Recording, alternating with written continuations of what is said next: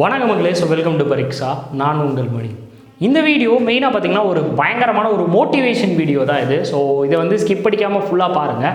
ஏன்னா மக்களே உங்களுக்காக தான் இந்த வீடியோவே நம்ம இதை க்ரியேட் பண்ணுறோம். என்னன்னா நம்ம பசங்கிட்ட வந்து இருக்கிற ஒரு கெட்ட பழக்கம் என்ன அப்படின்னு பார்த்தீங்கன்னா, இப்போ வந்து நிறையா பேர்கிட்ட இருக்கிற ஒரு பெரிய விஷயம், ஒரு பெரிய ட்ராபேக் அப்படின்னு நான் பார்க்குறது என்ன அப்படின்னா, நம்ம இப்போ புது வருஷம் வேறு ஆரம்பிக்க போகுது, நியூ இயர் வேறு வரப்போதா.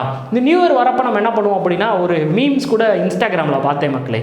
அதாவது டே நீ போன வருஷம் இந்த ஜிம்மோட ரேட் என்னன்னு கேட்டுட்டு போனவன் தானே, திருப்பி இந்த வருஷம் தான் வரையா. அந்த மாதிரி நம்ம அதில் எல்லாரும் என்ன பண்ணுறோம் அப்படின்னா, ஏதாச்சும் ஒன்று பண்ணணும் 1008 யோசனை, 1008 சிந்தனை. நான் இதை பண்ணால் முன்னேறிடுவேனா, நான் அதை பண்ணால் முன்னேறிடுவேனா, இப்படி பல மாதிரி நீங்கள் யோசிக்கிறீங்க.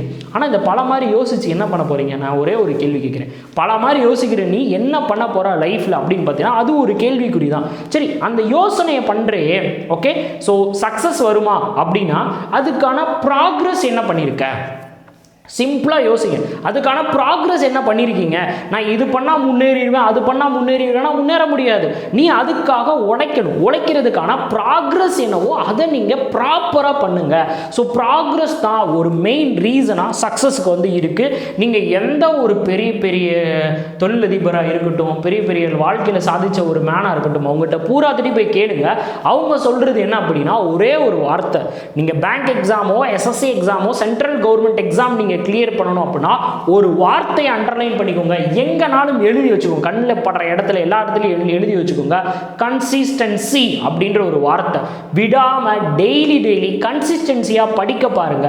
கன்சிஸ்டன்சியாக படிக்கிறது எனக்கு வந்து டிஸ்டர்ப் ஆகுது சார், எனக்கு டீவியேஷன் ஆகுது சார் அப்படின்னா ஒரே ஒரு விஷயத்தை மட்டும் நல்லா ஞாபகம் வச்சுக்கோங்க.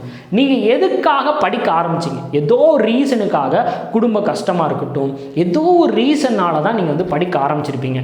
அப்போ உங்களுக்கு டிமோட்டிவேட் ஆகுது, என்னுடைய கன்சிஸ்டன்சி அஃபெக்ட் ஆகுது அப்படின்னா நீங்கள் சிந்திக்க வேண்டியது, நான் எதுக்காக எக்ஸாமுக்கு படிக்க ஆரம்பித்தேன், நான் எதுக்காக வந்து உள்ளே வந்தேன், அதை நினச்சி பாருங்கள். கண்டிப்பான முறையில் நீங்கள் டிமோட்டிவேட் ஆக மாட்டீங்க.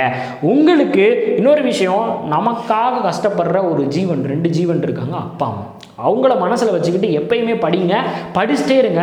எப்போ பார்த்தாலும் லைவில் திடீர்னு மோட்டிவேஷன் வீடியோ போட்டால் அடுத்த நாள் பார்த்தீங்கன்னா பயங்கரமாக லைவுக்கு வர்றீங்க, அடுத்து வியூஸும் நல்லா போகுது. அடுத்த நாள் பார்த்தீங்கன்னா அப்படியே குறையிறீங்க. அப்போ ஏன் குறையிறீங்க? காலையில் 9:30 சிஏ லைவ் இருக்குது வந்துறியான்னு சொல்லியாச்சு, 10:30க்கு உங்களுக்கு மேக்ஸ் கிளாஸ் இருக்குது வந்துறியான்னு சொல்லிச்சு. ஆனால் யாரும் வரமாட்டீங்க. இது உங்களுக்காக மட்டும்தான் உட்காந்து ஃப்ரீயாக இவ்வளோ விஷயங்கள் பண்ணிகிட்டு இருக்கோம். யூஸ் பண்ணிக்கோங்க. மிஸ் பண்ணாமல், உங்களுடைய கன்சிஸ்டன்சியை மிஸ் பண்ணாமல் இருங்க. அதே மாதிரி நம்ம லைவையும் மிஸ் பண்ணாமல் அட்டன் பண்ணுங்கள். ஓகேவா? இதை சொல்கிறதுக்கு தான் மெயினாகவே. ஸோ தொடர்ந்து படிங்க. கண்டிப்பான முறையில் வாழ்க்கையில் நீங்கள் ஒரு மிகப்பெரிய வெற்றியாளராக மாறுவீங்க. ஓகே. ஸோ இந்த தகவல் பிடிச்சிருந்துச்சுன்னா என்ன பண்ணும், கீழே வந்து கமெண்ட் பாக்ஸில் வந்து சொல்லுங்கள். ஸோ மாற்றிக்கிறேன் அப்படின்ற ஒரு நோக்கம் இருந்தாலும் கீழே வந்து கமெண்ட்டில் போட்டு விடுங்க. So thank you so much. Tata bye bye மக்களே.